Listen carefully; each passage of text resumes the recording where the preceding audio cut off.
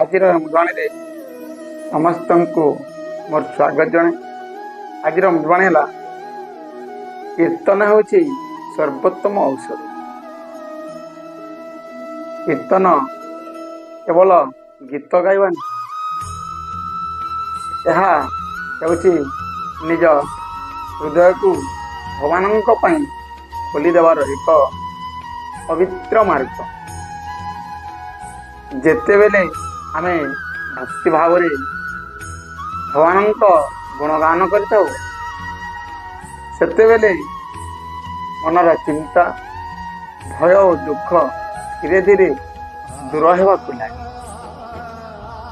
ଓ ମନରେ ଶାନ୍ତିର ଆଲୋକ ପ୍ରବେଶ କରେ। ଭାଗବତ ପୁରାଣ ଅନୁସାରେ କଲିଯୁଗରେ କୀର୍ତ୍ତନ ହେଉଛି ସର୍ବଶ୍ରେଷ୍ଠ ସାଧନ, କାରଣ ଏହା ଦ୍ୱାରା ମନ ପବିତ୍ର ହୁଏ, ଆତ୍ମବିଶ୍ୱାସ ବଢ଼େ ଓ ଜୀବନରେ ସକାରାତ୍ମକ ଶକ୍ତି ଆସେ। କୀର୍ତ୍ତନ ପାଇଁ ମଧୁର ସ୍ୱର ଦରକାର ନାହିଁ, ଦରକାର ହେଉଛି ଏକ ସଫା ଓ ସମର୍ପିତ ହୃଦୟ। ଆପଣ ନିଜକୁ କେବଳ 5 ମିନିଟ ଭକ୍ତି ଭାବରେ ନାମ କୀର୍ତ୍ତନ କରି ଦେଖନ୍ତୁ। ଆପଣଙ୍କ ମନୋଭାବ ଓ ଜୀବନ ନିଶ୍ଚୟ ପରିବର୍ତ୍ତନ ଆଣିବ।